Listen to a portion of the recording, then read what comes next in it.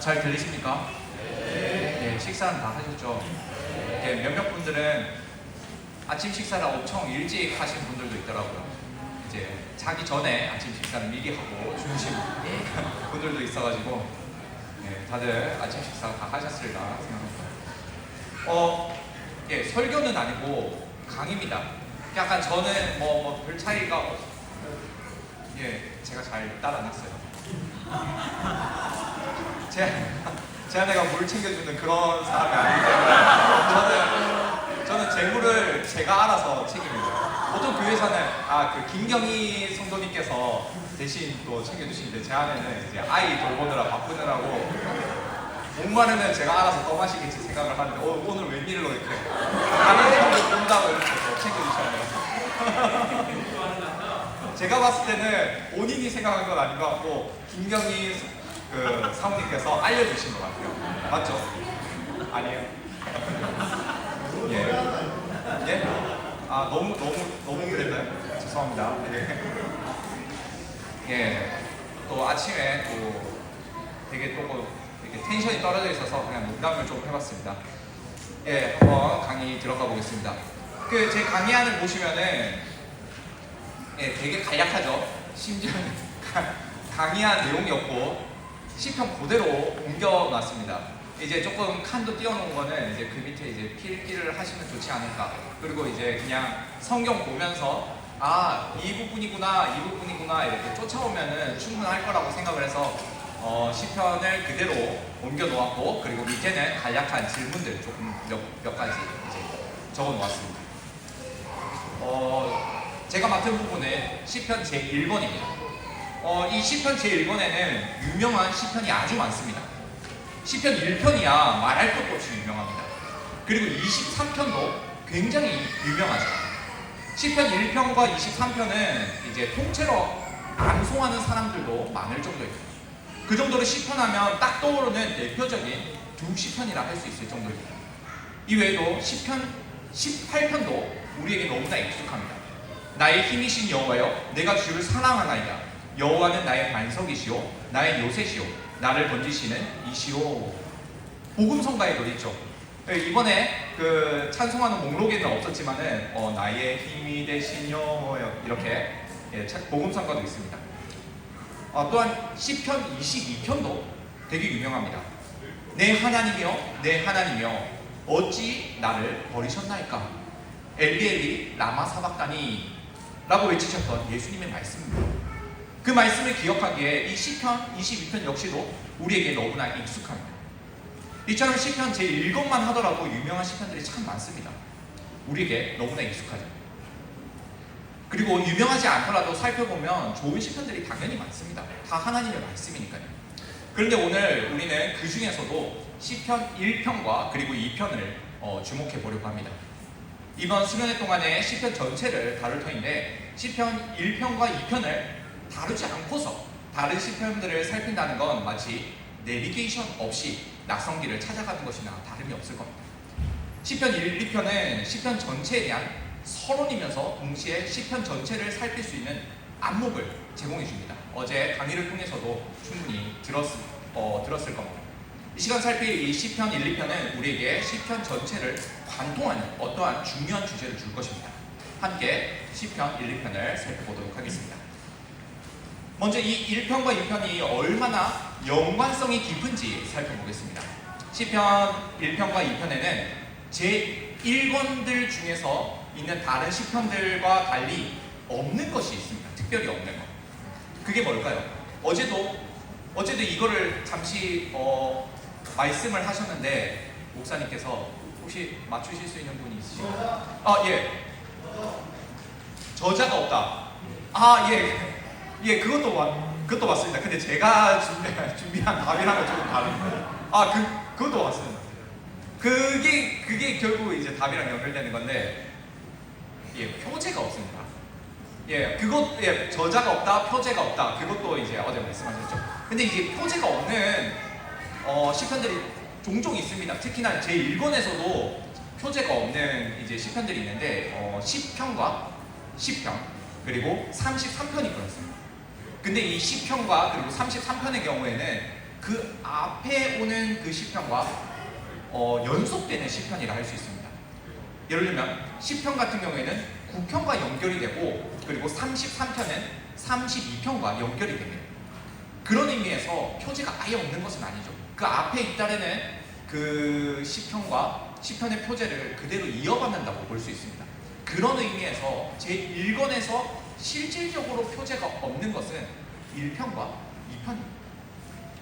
이 1편과 2편은 시편 전체에 서론적인 기능을 하기 위해서 의도적으로 표제도 없고 가장 앞에 위치하고 있는 것이라 할 수 있습니다. 그리고 이 1편과 2편이 서로 연관성을 가지는 아주 중요한 공통점들이 있는데 그 중에 하나가 어휘의 유사성입니다. 서로 비슷한 단어들을 굉장히 많이 공유하고 있습니다. 이 내용은 어제 이제 조금 1편을 조금 나눠주셔가지고 약간 중복되는 부분이 있긴 하지만은 그래도 많이 다를 겁니다. 어제도 이제 설명해 주셨던 부분인데 시편 1편 1절 제일 앞에는 복 있는 사람은 이라고 하면서 시작을 합니다. 이에 해당하는 히브리어 단어는 아슈레이입니다. 이 히브리어 단어는 이 시편 2편의 가장 마지막 절 12절에서도 똑같이 사용됩니다. 개역개정이 이를 복이 있도다 라고 합니다. 둘 다 똑같은 히브리어 아슈레이가 사용되었습니다. 이렇게 시편 제1편의 가장 앞부분과 2편의 가장 뒤에 똑같은 단어를 배열함으로써 이 두 시편이 하나로 엮여있다는 것을 엮여있다는 느낌을 줍니다. 이 외에도 1편과 2편에 똑같은 히브리어들이 많이 사용되었습니다. 한글 번역으로는 그 의미가 다르게 번역되었지만은 히브리어 단어는 똑같습니다. 예를 들어서 1편 2절에서 묵상하다가 있습니다. 이 단어는 2편 1절에서 헛된 일을 꾸미다로 번역이 되었습니다. 이 히브리어 단어는 원래 읊조리다, 중얼거리다 라는 뜻인데 말씀을 중얼거린다라는 의미가 묵상하다가 되었고 악한 일을 위해서 중얼중얼 거리는 것을 헛된 일을 꾸미다가 된 겁니다. 그리고 1편 6절에서 악인들의 길은 망한다고 합니다. 역시나 2편의 마지막 구절인 12절에 가서도 너희가 길에서 망한다고 합니다. 이 길과 망한다라는 단어가 똑같이 사용되었습니다. 악인들의 결말이 동일하게 길에서 망한다고 끝마칩니다.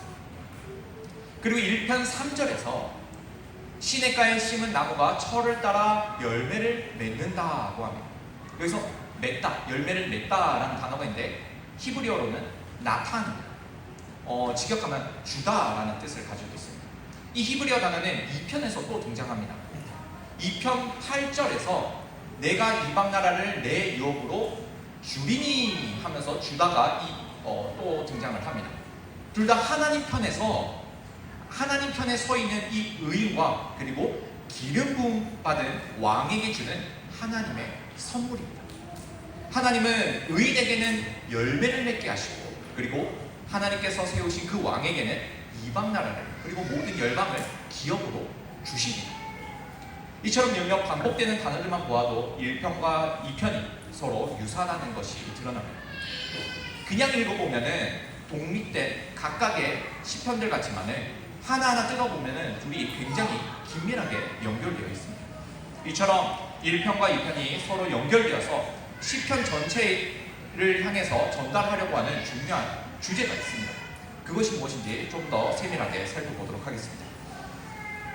한글 성경에서는 시편 1편의 시작이 복 있는 사람은 이라고 시작을 하죠.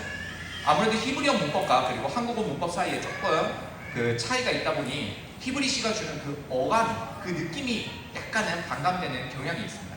그래서 굳이 다시 번역을 해보자면은 복이 있도다 이러이러한 사람은 이라고 시작을 합니다. 복이 있다. 어떤 사람에게 복이 있다. 도대체 그 복이 있는 사람이란 누구인가라는 그 의문증을 가지게 해줍니다. 과연 복된 사람은, 복 있는 사람은 누구일까요? 그리고 여기서 말하고 있는 복은 무엇일까요? 우리는 성경을 읽으면서 이미 이 복이라는 단어에 대한 어느 정도의 개념을 가지고 있습니다. 그래서 시편 1편이 말씀하고자 하는 그 복에 대해서 지레짐작으로 넘어가게 됩니다. 이 시간에는 시편을 처음 읽는다고 생각하시고 1편 1절부터 무엇을 노래하고 있는지 질문을 가지고서 한번 읽어보겠습니다. 과연 복된 사람은 누구일까요? 그리고 시인은 이러이러한 사람이 복되다라고 하는데 도대체 어떤 사람이 복이 있는 사람이라 할 수 있을까요? 먼저 1절에서는 복 있는 사람은 악인들의 꾀를 따르지 아니한다고 합니다. 솔직히 복 있는 사람이 누군지도 잘 모르겠는데 벌써부터 또 다른 등장인물이 등장합니다. 악인들입니다. 아무래도 이 악인들은 복 있는 사람의 정반대편에 있는 듯합니다. 그러니 이 복 있는 사람들은 이 악인들의 꾀를 따르지 않는다라고 하는 거겠죠. 그리고 죄인들의 길에 서지도 않고 오만한 자들의 자리에 앉지도 않습니다. 악인들이 누군지 아직 그 정체가 불분명한데 또다시 새로운 등장인물이 등장했습니다. 죄인들과 오만한 자들입니다. 그들을 이 시편 1편 안에서 어떻게 정의해야 할지 아직 분명하진 않지만 적어도 이들은 복 있는 사람의 반대편에 있는 악인들과 동일한 인물들임을 확신합니다. 언어적으로 좀 더 구분해보면 이렇습니다. 악인이라 하면 일반적인 악인입니다. 하나님을 두려워하지 않고 하나님의 법을 무시하는 불경건한 자들. 그런데 이 죄인에 가서는 조금 더 발전합니다. 그는 하나님의 율법을 분명하게 어긴 사람입니다. 확실하게 죄를 지었다고 낙인이 찍힌 사람이죠. 그리고 이 오만한 자에 가서는 더 심화됩니다. 이 오만한 자를 원어적으로 번역을 하면 조롱하는 자입니다. 하나님과 그분의 말씀에 대해서 신성모독하는 자입니다. 신성모독은 율법에서 가장 큰 죄입니다. 하나님의 율법을 어긴 정도에서 그치는 것이 아니라 아예 하나님을 모독하는 아주 극심한 죄를 짓고 있는 겁니다. 악인에서 죄인으로 그리고 죄인에서 오만한 자로 나아가는 이 과정은 그 죄가 점점 더 심화되고 있음을 보여줍니다. 처음에는 일반적인 죄로 시작했다가 나중에는 즉시 심판받아 마땅한 흉악한 죄악으로 이어집니다. 또한 그들의 이름만이 아니라 그들의 행동에 있어서도 죄가 깊어지고 있음을 알 수 있습니다. 처음에 이 악인들은 자신들의 꾀를 따랐습니다. 어제는 이제 김 목사님께서 이제 이 악인들을 대표하는 마귀 그리고 옛뱀에 대해서 이야기하셨는데 사실은 여기서는 이제 복수이기 때문에 그게 아니다라고 할 수 있지만은 결국은 이 악인들의 그 꾀를 대표하고 가장 앞서가는 존재는 사탄이기 때문에 사탄도 포함할 수 있습니다. 이 설명을 드리는 것은 조금 다를 수는 있지만 말하고자 하는 바가 그 의미가 다르지 않다라는 것을 설명드리기 위하여요. 아무튼 악인들은 자신들의 꾀를 처음에는 따릅니다. 걸어갔다는 거죠. 걸어갑니다. 그리고 죄인들의 길에 섭니다. 인생의 길을 이제 결정을 한 겁니다. 더 이상 여기저기 걸어다니지 않습니다. 방황하지 않습니다. 딱 고정해서 이 길만 걷겠다고 선택을 해서 서 있습니다. 나중에는 오만한 자들의 자리에 앉아버립니다. 처음에는 걸어가고 나중에는 결정을 해서 서버리고 급기야 앉아서 정착합니다. 돌이킬 여지가 없이 하나님을 모독하는 그 자리에 눌러 앉습니다.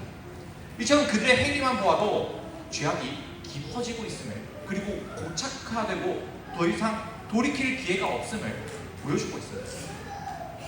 과연 이 악인들, 죄인들, 오만한 자들은 누구일까요? 하나님과 무관한 그런 자들일까요? 그렇지 않습니다. 만약 이들이 하나님과 아예 무관한 자들이었다면 시인은 이들을 이방인이라고 했습니다. 이 악인들은 시인이 노래하는 그 복된 사람과 함께 어울려가는 그런 사람들입니다. 굳이 표현하자면 하나님의 언약 백성들입니다.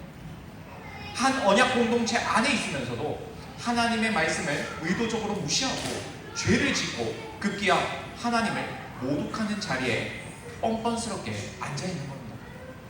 그리고 한글 성경에도 분명하게 번역되었지만 이들은 소수가 아닙니다. 다수입니다. 시인은 악인이라고 하지 않고 악인들이라고 합니다. 그 수가 많다는 거죠. 악인들도 죄인들도 오만한 자들도 전부 다 복수로 쓰였습니다. 그들의 무리는 많습니다. 하지만 반대로 이 복 있는 사람이라고 할 때에 이 사람은 단수입니다. 꼭 한 사람만을 의미한다기보다는 그 수가 적다는 겁니다. 대다수의 사람들이 죄악을 저지르는 이런 환경 속에서도 꿋꿋하게 그들과 어울리지 않는다는 것이 정말로 쉽지 않습니다. 악인들의 생활 방식에 참여하지 않아야 합니다. 그들이 걸어가려고 하는 그 악한 길에 들어서지 않아야 합니다. 이는 정말로 불편하고 외로운 일입니다. 악인들은 끊임없이 자신들의 길이 옳다고, 자신들의 길에 들어서라고 요청을 합니다. 그리고 이 높은 자리에 우뚝 앉아보라고 유혹을 합니다. 그런데도 그들과 섞이지 않는다는 것이 정말로 힘이 납니다. 그렇다고 해서 이들과 전혀 교류가 없는 것도 아닙니다. 한 공동체 안에 있습니다. 그들과 만나야 하고 말도 해야 되고 일도 같이 해야 합니다. 이것이 복된 사람의 고난이라 하면 고난입니다. 그런데 우리 주님께서는 우리에게 세상과 단절해서 아예 그냥 세상과 동떨어져서 고립된 생활을 하라고 하지 않으셨습니다. 세상에 살면서 다만 세상을 사랑하지 말라고 하셨습니다. 세상 한복판에 있으면서도 세상과 어울리지 않는다는 것 자체가 고난입니다. 특히나 오늘 본문은 세상 이방 세계가 아니라 한 언약 공동체 안에 있으면서도 악한 자의 생각을 따르려는 그런 사람들과 섞이지 않아야 하는 그 외로운 복된 사람에 대해서 말하고 있습니다. 지금 시인이 노래하는 복 있는 사람은 이 고난의 현장 속에 있습니다.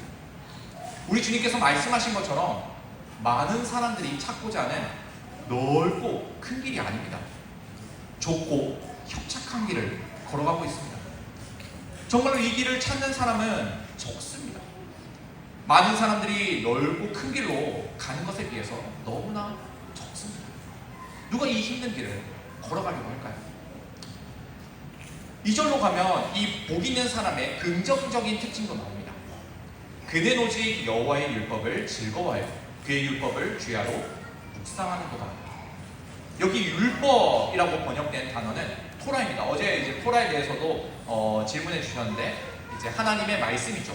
그리고 모세 오경을 의미하기도 하고, 이 넓은 의미에서 보면은 아주 좁은 의미에서 보자면 하나님의 규례, 율법이고, 조금 더 넓히면은 모세 오경, 그리고 조금 더 넓혀 보면은 전체적인 하나님의 가르침, 하나님의 모든 말씀이라고도 할 수 있습니다.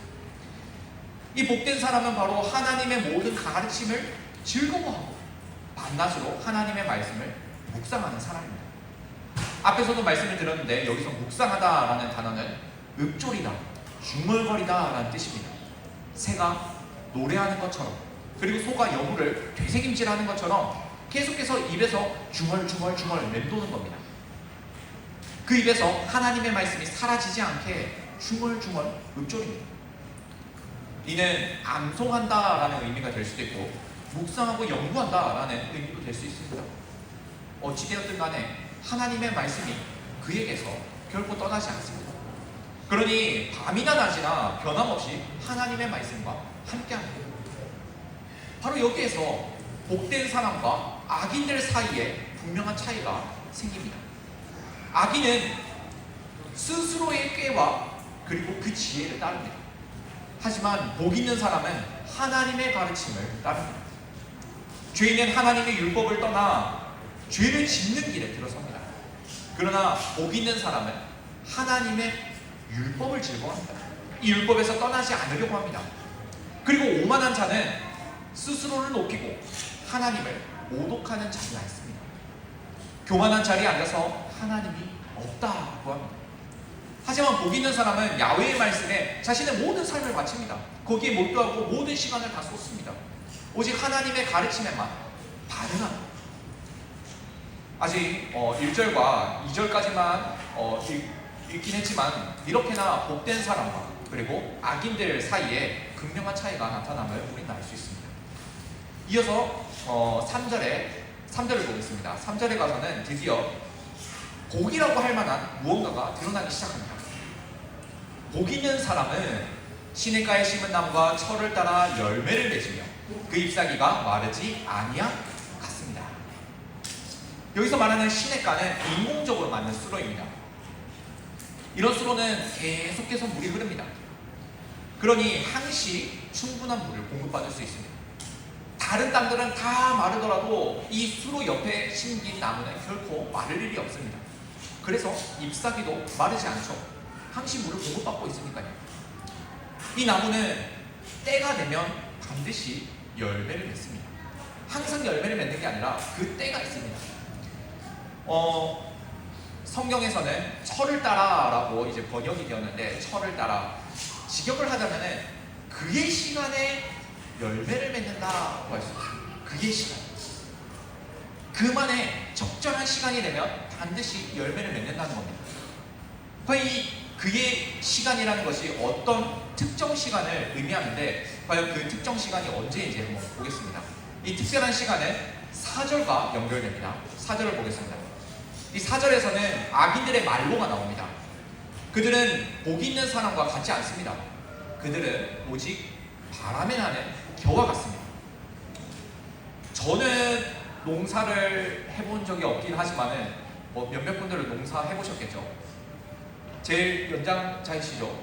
최성림 목사님께서는 도시 남자셔가지고 농사 안 해보셨겠지만은 다른 분들은 해보셨을 분들은 이 키질을 하면은 겨가 있죠. 겨 껍데기는 이제 공중에서 오래 체류를 하고, 그리고 이제 알곡들은 빨리 떨어집니다. 그래서 이제 오래 체류하는 사이에 바람이 불면은 이제 바람에 쉽게 날아가 버립니다. 그런 것처럼 이 악인들은 바람에 나는 겨와 같이 날아가 버립니다.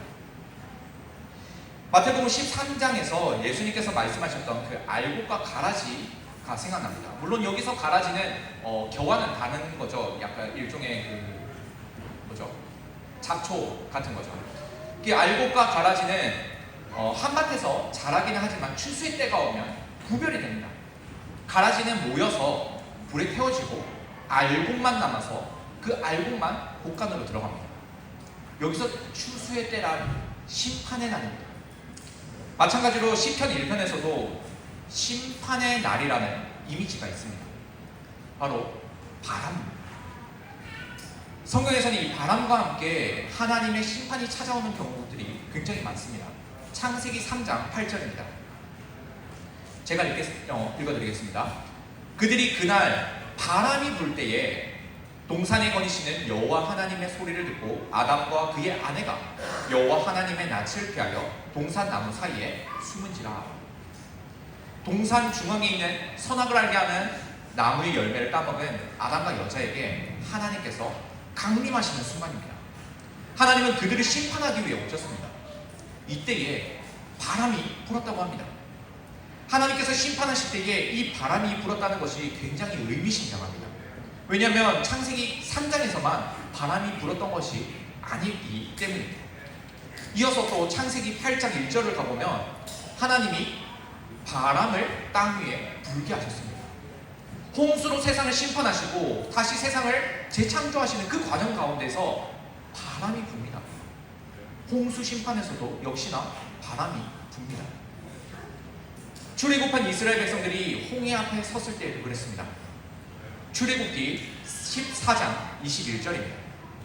한번 찾아볼까요? 출애굽기 14장 21절입니다.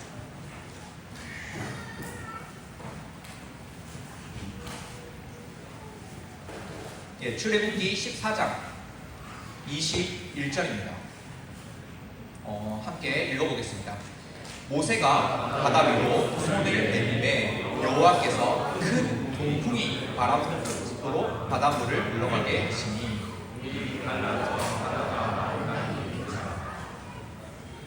여기에서 큰 동풍이 불었다고 합니다. 동풍, 바람이죠. 큰 바람과 함께 이 홍수에서 바로와 그의 군대가 수장되고 맙니다. 하나님의 심판이 임했습니다. 역시나 심판과 함께 바람이 등장합니다. 그러나 이 바람과 함께 찾아오는 심판이 꼭 멸망의 심판만은 아닙니다. 홍해에서 불어온 이 바람은 바로와 그 애굽의 군대에게는 멸망을 주었지만 모세와 이스라엘 백성을 구원했습니다. 그리고 홍수 심판 때에도 바람이 불었습니다. 땅 위에 있는 모든 사람들이 다 심판을 받아서 물에 빠져 죽었습니다. 하지만 노아와 그의 가족만큼은 구원을 받았습니다. 에덴 동산에서 불어온 바람도 그랬습니다. 비록 아담과 그의 아내가 심판을 받기는 했지만 하나님은 그 가운데서 생명을 약속하셨습니다. 그들을 심판함과 동시에 구원해 주셨습니다. 그래서 이 심판 후에 아담은 하나님의 말씀을, 그 약속을 기억하면서 그의 아내의 이름을 생명을 의미하는 하와라 불렀던 겁니다. 바람과 함께 찾아온 하나님의 심판은 한편으로는 멸망을 나타내지만 다른 한편으로는 구원을 나타냅니다.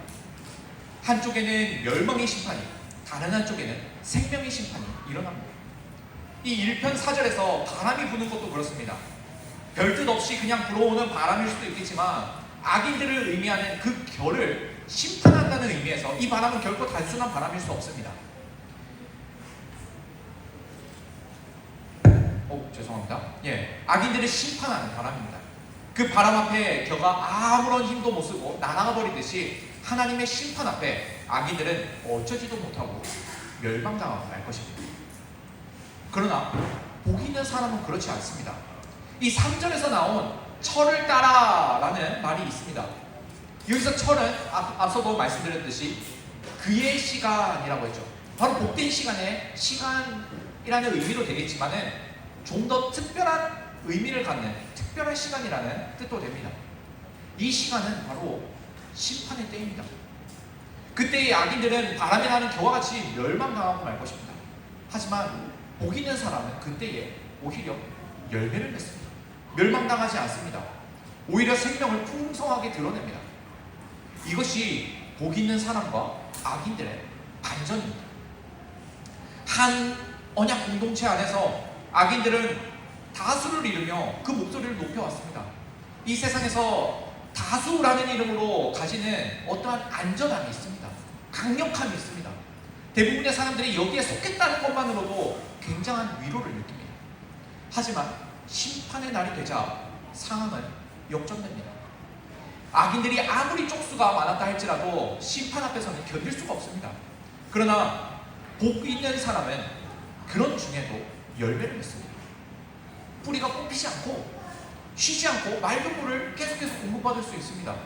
이것이 악인들과 구별되는 복 있는 사람의 강력한 특징입니다. 이들의 결말은 5절과 6절에 가서 더욱 드러나게 됩니다. 5절에서 그러므로 라고 합니다. 이제 1편의 결론입니다. 그러므로 결국에 악인들은 심판을 견디지 못합니다. 죄인들은 의인들의 모임에 들지도 못합니다. 여기서 갑자기 의인들의 모임이 되었습니다. 앞서 1절까지만 해도 복된 사람은 소수였습니다. 거의 혼자였다 봐도 무방합니다. 그리고 3절에서도 그는 이라고 했습니다. 그들이 아니죠. 그입니다. 단수이죠. 소수란 말입니다. 하지만 이제 그 복 있는 사람들의 무리를 지칭하는 의인들의 모임이 되었습니다. 거의 끝에 가서야 이 복 있는 사람을 부르는 다른 용어가 등장했습니다. 이 복 있는 사람은 의인입니다. 그런데 이 의인은 무리를 이루고 있습니다. 더 이상 혼자가 아닙니다. 혼자인 줄 알았는데 사실 혼자가 아니었던 겁니다. 혼자라고 알고 있었지만 실상은 여기저기서 야훼의 말씀을 청정하고 살아왔던 그 의인들이 많이 있었습니다. 그런데 죄인들은 그 의인들의 모임에 들어가지 못한다고 합니다. 그들은 처음부터 다른 길에 서 있었습니다. 하지만 마지막 그 심판의 시간이 임했습니다. 그때에 가서는 더 이상 후회 소용이 없습니다. 이미 때는 늦었습니다. 의인들의 모임에 들어가고 싶어도 들어갈 수가 없습니다. 죄인들의 결말은 멸망밖에 없습니다. 이어서 6절입니다. 우리 의인들의 길은 여호와께서 인정하시나 악인들의 길은 망하리로다. 이 구절은 두 부분으로 나뉩니다. 물은 의인들의 길은 여호와께서 인정하시나까지 이제 앞부분이고, 악인들의 길은 망하리로다가 이제 뒷부분이죠. 앞부분의 주어는 야훼, 여호와입니다. 야훼 하나님께서 의인들의 길을 인정해 주십니다. 그리고 뒷부분의 주어는 악인들의 길입니다. 주어가 악인들의 길이라는 것은 그들의 파멸을 자신들 스스로 초래했다는 겁니다. 그들은 언약 공동체에 속해 있으면서도 하나님의 말씀을 의도적으로 무시하며 지냈고, 극기야 하나님을 멸시하는, 모독하는 그 자리에 앉아 있었습니다. 그럼 그들의 최후를 그들 스스로가 만들어냈습니다. 그러나 의인들의 길은 다릅니다. 자신들이 만들어낸 길이 아닙니다. 야훼 하나님께서 그들의 길을 인정해 주십니다. 야훼 하나님께서 그들을 의롭다 하시고 그들의 길을 알아주십니다. 의인들에게 주어진 복, 그 복은 야훼 하나님께서 주신 복입니다. 이 시편 1편의 결론입니다. 시편 1편은 지혜의 시입니다. 어떤 삶이 복된 삶인가라는 것을 알려주는 지혜가 있습니다. 이 시편 1편을 시작하면서 제기했던 질문이 바로 이것입니다. 과연 복 있는 사람이란 누구인가? 그리고 복은 무엇인가? 1절을 시작하면서 복 있는 사람은 그다지 좋아 보이지 않았습니다. 물론 악인들과 다른 길에 서 있다는 그 자체가 의미가 있기는 했지만, 그래도 다수에 속하지 못했고 외롭고 괴로운 시간을 보내야 한다는 것이 고난이었습니다. 달가운 길이 아니죠. 그리고 야훼 하나님의 말씀을 즐거워하고 주야로 묵상한다고는 했지만 표면적으로는 악인들보다 더 나아 보이는 것이 없어 보였습니다. 오히려 이 세상에서는 악인들과 오만한 자들이 더 번창하는 것만 같습니다. 그들이 더 복된 삶을 살고 있는 것만 같습니다. 하지만 진정한 복은 그것이 아닙니다. 당장 보이는 즐거움을 쫓고 인생의 편한 방법을 의지하고 다수의 모임에서 권력이나 누리는 것이 진정한 복이 아닙니다. 참된 복은 야훼 하나님의 말씀에 있었습니다. 이제 나중에 가서 돌이켜보면 의인은 자신이 서 있는 그 길이 내가 선택한 것 같았지만 그렇지 않았다는 사실을 깨닫게 됩니다. 이 의인들의 길을 알아주시는 분은 야훼 하나님이십니다. 6절 마지막에 가서 알게 되죠. 끝에서야 알게 됐습니다. 처음부터 하나님께서 그를 선택하셨고 인도하셨음을요. 어찌 처음부터 알았겠습니까? 그저 이 땅에서는 하나님의 말씀이 그저 좋아서 주야로 묵상하고 하나님의 말씀을 늘 묵상하고 악인들과 다른 행로에 그냥 걸었을 뿐인데, 하나님은 그에게 야훼의 말씀을 즐거워하는 마음을 주셨습니다. 그리고 그를 물이 마르지 않는 당신의 시냇가에 심어두셨습니다. 나무가 스스로 걸어가가지고 시냇가에 정착한 게 아닙니다. 하나님께서 그 복된 인생을 당신의 물이 마르지 않는 곳에 심어주셨습니다. 복된 인생이란 이렇습니다. 하나님에 의해서 심기운 인생입니다.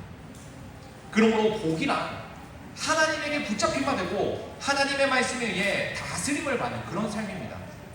죄인들의 길과 오만한 자들의 자리에 갈 뻔한 것을 하나님께서 막아주시고 결국 바람에 나는 겨와 같이 멸망할 그 인생을 열매가 맺히는 인생으로 살아가게 해주는, 그것이 바로 하나님께서 주시는 복입니다.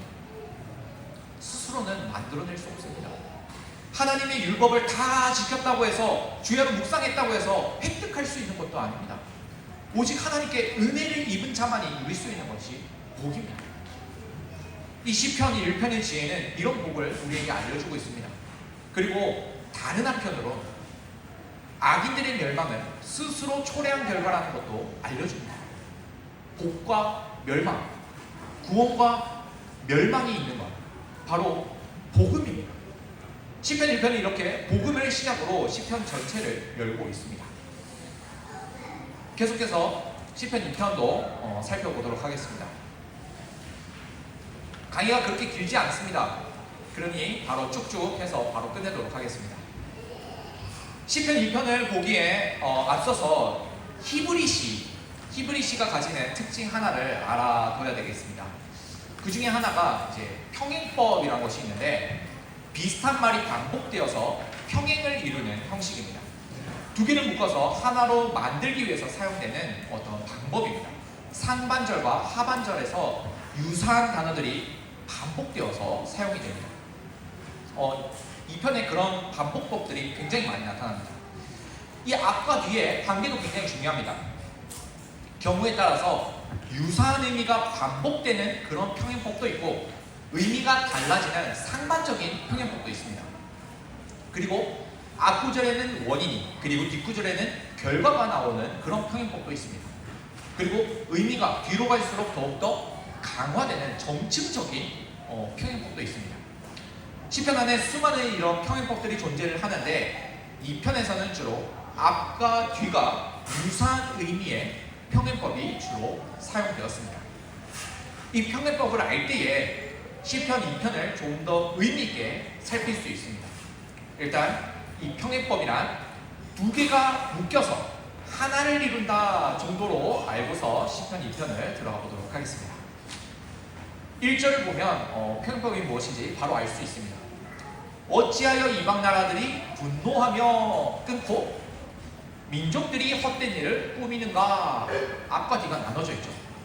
이방 나라들이 분노하고 있는 것과 그리고 민족들이 헛된 일을 꾸미고 있는 것이 서로 평행을 이룹니다. 둘 다 비슷한 의미입니다. 단어만 바꿔서 다르게 표현한 것 뿐이지 의미는 같습니다. 이 편 내내 이런 식으로 평행법들이 반복되어지게 됩니다. 그런데 대뜸 이방 나라들은 분노하고 있다고 하며 민족들은 헛된 일을 꾸미고 있다고 합니다. 그들은 대체 무엇에 대해서 화를 내고 있고 도대체 무엇 때문에 계략을 꾸미고 있는 걸까요? 2절에서 그들의 대적, 그들이 상대하는 그 대적의 정체가 좀 더 선명하게 나옵니다. 세상의 군왕들이 나서며 간원들이 서로 꾀하며, 이것도 평행법이죠. 세상의 군왕들과 간원들이 누군가를 상대하려고 합니다. 바로 여호와, 야훼와 그의 기름 부음 받은 자.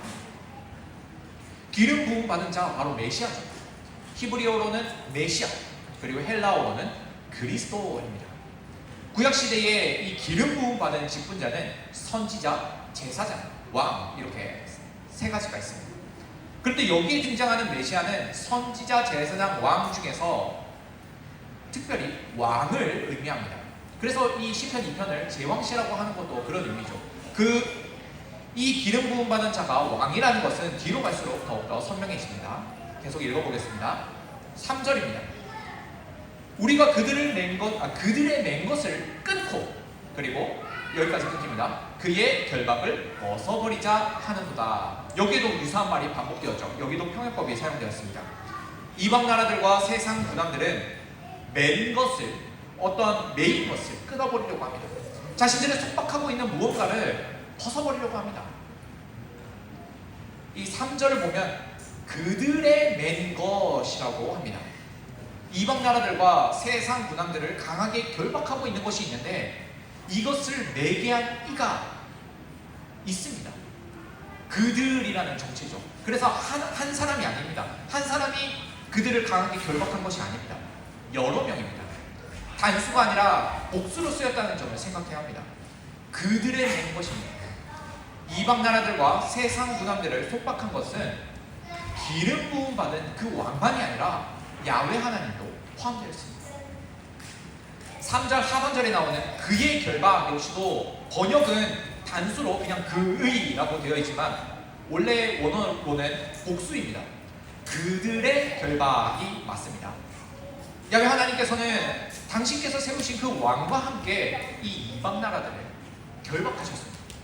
뒤집어 보면 지금 이 세상 나라들이 상대하려고 하는 그 자는 그냥 이 왕만이 아닙니다. 그들은 야훼 하나님께도 도전장을 내밀고 있습니다. 그들이 반역하는 궁극적인 대상은 사실 야훼 하나님이십니다. 그래서 이어서 4절에 이런 표현이 나옵니다. 하늘에 계신 이가 웃으시며 주께서 그들을 비웃으시리로다. 여기도 평행법이 사용되었습니다. 하늘에 계신 이는 뒤에 나오는 주님입니다. 평행법을 생각할 때에 하늘에 계신 이를 주님이라고 바꾸어 표현한 겁니다. 하늘에 계신 하나님께서 이 땅에 속한 자들의 반역을 보시고서 그들의 계략을 보시고서 웃으십니다. 비웃으십니다. 가소롭죠. 하늘에 계신 분의 입장에서 어처구니가 없습니다. 그리고 여기 하늘에 계신이라고 할 때 계시다라는 단어는 시편 1편에서 오만한 자들의 자리에 앉다라고 할 때 쓰인 단어와 똑같은 히브리어 단어입니다. 오만한 자들은 하나님을 모욕하고 스스로를 높이는 그 자리에 앉았지만 하나님은 그런 자들이 가소로울 뿐입니다. 오만한 자들이나 야훼 하나님께 대적하려는 자들이나 하늘에 계신, 하늘에 앉으신 그분께서 보실 때에는 우습습니다. 이어서 5절입니다. 그때 하나님께서 말씀을 하십니다. 말씀을 하시는 광경에서도 반복이 있습니다. 분을 바라며 진노하사 그들을 놀라게 하여 분노를 발산하시고 하나님의 진노로 그들을 놀라게 하십니다. 6절에서 이제 하나님께서 직접 말씀하십니다. 내가 나의 왕을 내 거룩한 산 시온에 세웠다. 그런데 여기서 갑자기 이 평행법의 흐름이 깨졌습니다. 하나님께서 직접 말씀하시는 그 순간에 계속해서 이어져 오던 그 반복법이, 평행법이 사라져버렸습니다. 1절부터 계속해서 평행을 이루어왔는데 6절에서 그 흐름이 끊겼습니다. 하나님께서 직접 말씀하시는 그 순간에, 그래서 하나님께서 직접 말씀하시는 그 말씀에 확 집중할 수 있게 되는 겁니다. 하나님께서 말씀하시길 내가 나의 왕을 내 거룩한 산 시온에 세웠다고 하십니다. 내가 나의 왕을 내 거룩한 산에, 이렇게 나라는 말이 반복적으로 나옵니다. 강조되고 있습니다. 하나님께서 당신의 왕을 직접 세웠다는 겁니다. 따라서 하나님 당신께서 직접 세운 그 왕에게 대적한다는 건 곧 하나님을 대적하겠다는 의미입니다. 왕의 다스림에 복종하지 않겠다는 건 하나님의 통치를 거부하고 반역을 저지르겠다는 겁니다. 하나님은 이제 인간 왕의 입을 빌려서 이제 당신의 말씀을 전하십니다. 7절에서 내가 여호와의 명령을 전하노라 라고 합니다. 여기서 내가 하는 그 나는 하나님께서 기름 부어서 세우신 인간 왕입니다. 갑자기 인간 왕이 등장하여서 하나님의 말씀을 전합니다. 여호와께서 내게 이르시되 너는 내 아들이라. 오늘 내가 너를 낳았도다. 너는 내 아들이다 라는 말과 그리고 오늘 내가 너를 낳았도다 라는 말도 반복적인 평행을 이루고 있습니다. 그래도 뒤로 가면서 더 강화되는 느낌도 있습니다. 오늘 내가 너를 낳았다 라는 것은 너는 내 아들이라 라는 표현보다 더욱더 강력한 표현입니다. 이 강력한 표현을 통해서 이 왕을 하나님께서 직접 세우셨고 내 아들로서 내가 직접 낳았다 라는 것을 표현하고 있습니다. 하나님과 긴밀하고 깊은 관계가 있습니다. 이 시편 2편의 장르는 어제도 배웠죠. 장르 제왕시입니다. 왕에 대한 내용을 다룬다고 해서 제왕시입니다. 제왕시라고 해서 특별할 건 없고 그냥 왕의 내용을 다룬다는 겁니다. 이스라엘에게서 중요한 왕이 있습니다. 누굴까요? 구약 시대의 가장 중요한 왕, 다윗이죠. 그러니 이 왕과 관련해서는 다윗 언약을 생각할 수밖에 없습니다. 다윗 언약이 있는 사무엘하 7장을 보겠습니다. 한번 사무엘하 7장을 펴볼까요? 성경을 직접 펴서 혹시나 제가 꾸며서 본문을 찾지 않는다는 것을 직접 확인하셔야겠죠. 예, 사무엘하 7장 14절입니다.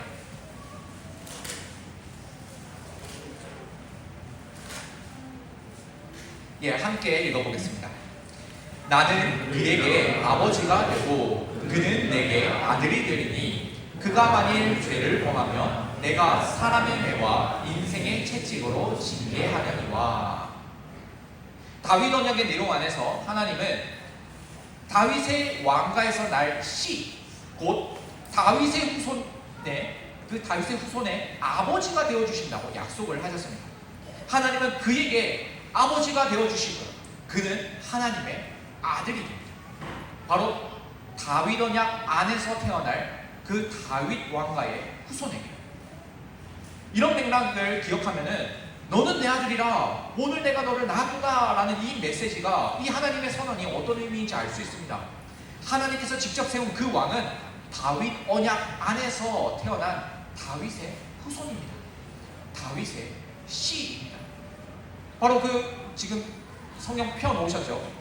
바로 두 구절 앞으로 가면 사무엘하 7장 12절을 보면 이 씨에 대한 내용이 나옵니다. 내가 네 몸에서 네 씨를 네 뒤에 세워 그의 나라를 견고하게 하리라. 다윗 언약을 기억하는 사람은 너는 내 아들이라 오늘 내가 너를 낳았도다 라는 이 하나님의 선언을 들을 때에 곧바로 다윗 언약을 떠올릴 수 있습니다. 하나님께서 약속하셨던 그 다윗의 씨를 하나님께서 왕으로 세우신 겁니다. 8절입니다. 하나님은 당신께서 세우신 그 왕에게 이방 나라를 유업으로, 기업으로 주겠다고 하십니다. 온 땅을 그의 소유가 되게 하겠다고 하십니다. 이방 나라는 앞서 하나님과 그리고 기름 부음 받은 자를 대적해 왔습니다. 그런 이방 나라를 하나님의 아들이라 불리는 그 왕에게 기업으로 주신다고 합니다. 이전에는 왕을 대적했던 이방 나라였지만 이제 왕의 소유가 되었습니다. 물론 그 전에도 왕의 소유였지만 철저하게 왕의 소유가 된 겁니다. 9절입니다. 왕은 철장으로 그들을 깨뜨린다고 합니다. 마치 질그릇같이 부술 겁니다. 그가 사용하는 이 철장은 철로 된 지팡이입니다. 아무 지팡이가 아니라 그냥 몽둥이 같은 게 아니라 통치자들이 사용하는 지팡이입니다. 권세자가 가진 그 권세를 의미하는 지팡이입니다. 그것도 철로 만들어진 지팡이니 그 위력이 어마어마합니다. 어쨌든 왕은 이 지팡이로 자신을 대적했던 그 자들을 질그릇같이 산산조각 낼 것이라고 합니다. 입장이 완전히 바뀌었습니다. 앞에서는 나름 왕에게 대적해 보려고 계략도 꾸몄던 자들이었습니다. 물론 그때도 왕에게 완전히 사로잡힌 바 되었었죠.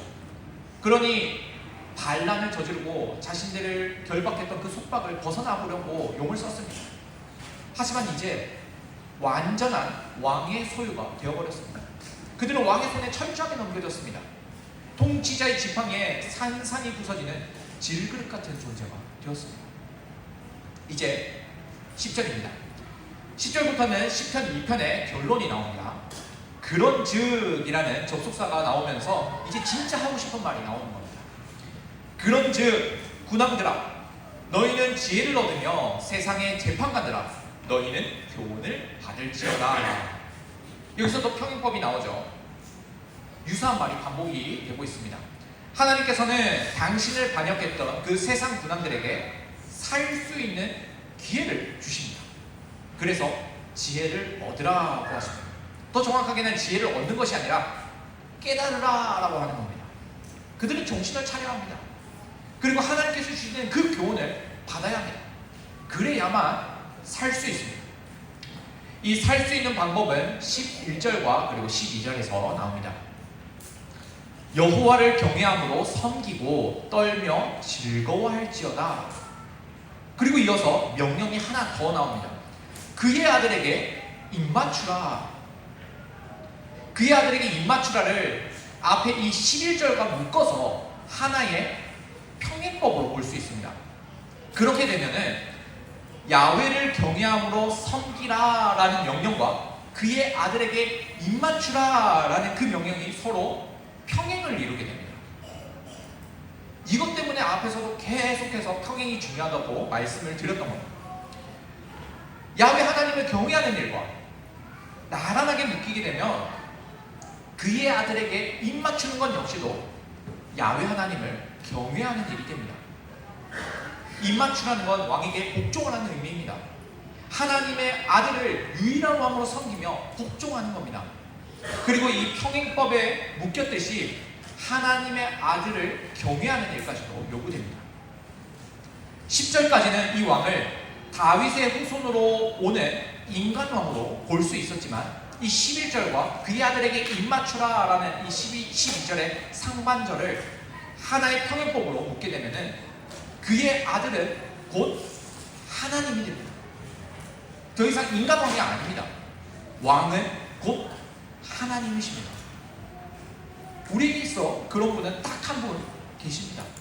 바로 예수 그리스도시죠. 다윗의 후손이시면서 하나님의 아들이시면서 하나님으로서 야훼 하나님으로서 우리의 섬김과 경외를 받으실 분은 오직 예수 그리스도 한 분뿐이십니다.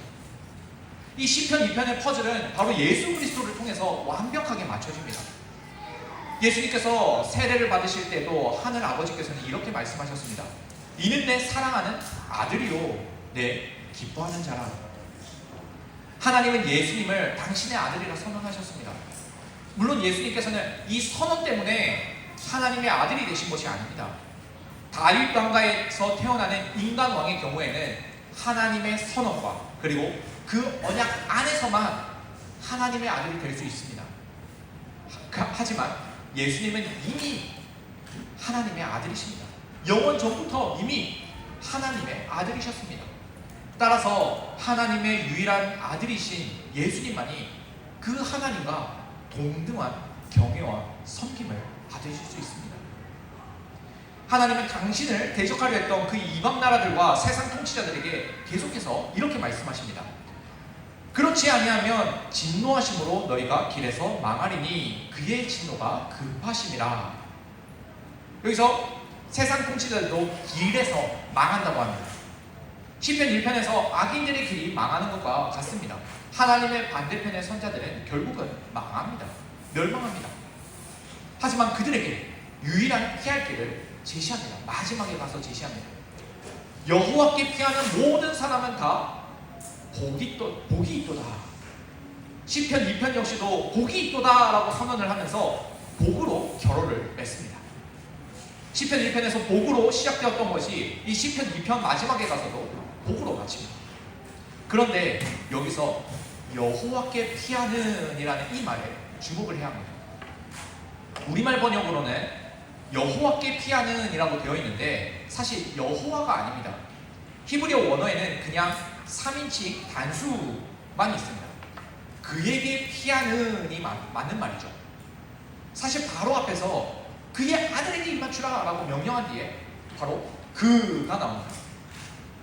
여기서 그는 그의 바로 앞서는 바로 선행하는 그의 아들일 가능성이 훨씬 더 높습니다. 야훼 하나님보다는 하나님의 아들이자 기름 부음을 받은 왕을 가리키고 있는 겁니다. 따라서 하나님의 아들에게 피하는 모든 사람은 다 복이 있다라고 하는 것이 맞습니다.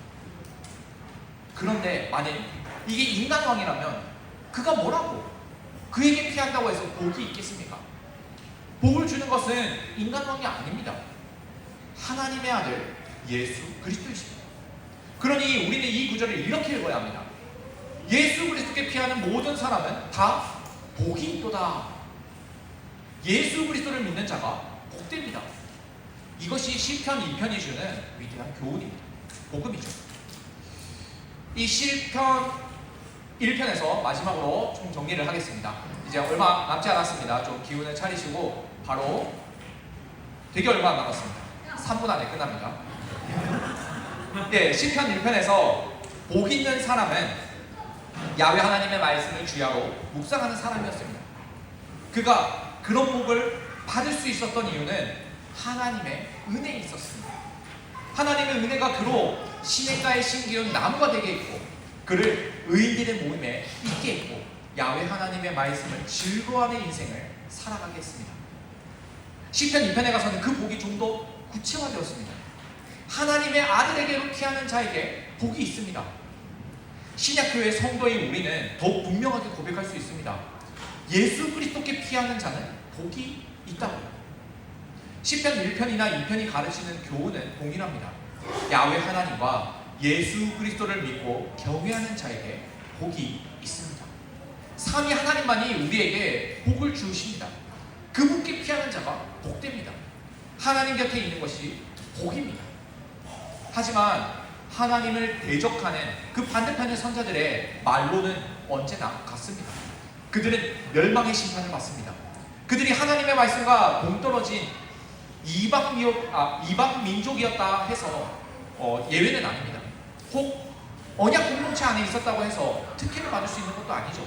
이방 민족이든 언약 공동체 안에 있었던 하나님의 말씀을 무시하고 하나님의 반대편에 서 있다면 그들은 반드시 멸망을 받습니다. 하나님의 언약 백성으로서 하나님의 말씀을 즐거워하고 주 예수 그리스도를 믿고 섬기는 사람에게만 복이 있습니다. 이것이 유일한 살 길입니다. 시편 1편과 2편은 동일하게 이 복과 저주의 양갈래길을 소개하고 있습니다. 그리고 복음을 제시합니다. 오직 하나님께만 복이 있고 그에게 대항하는 자에게는 멸망만 있을 뿐이다 라고. 이런 복음의 내용에 대한 신앙 고백은 시편 전체를 통해 계속해서 노래됩니다. 하나님께 복을 받은 의인의 삶이 어떠한지를 노래하고, 또 다른 한편으로 그 악인들을 심판하실 하나님에 대한 확신을 시인들은 계속해서 노래합니다. 시편 1, 2편의 교훈은 시편 전체를 읽으면서도 우리가 유지해야 할 전제이기도 하면서 모든 성도에게 항상 고백되어야 할 복음이기도 합니다. 예, 여기까지 시편 1, 2편에 담긴 복음적인 메시지를 살펴보았습니다. 제가 준비한 강의는 여기까지입니다. 질문이 있으시면 받겠습니다. 예, 질문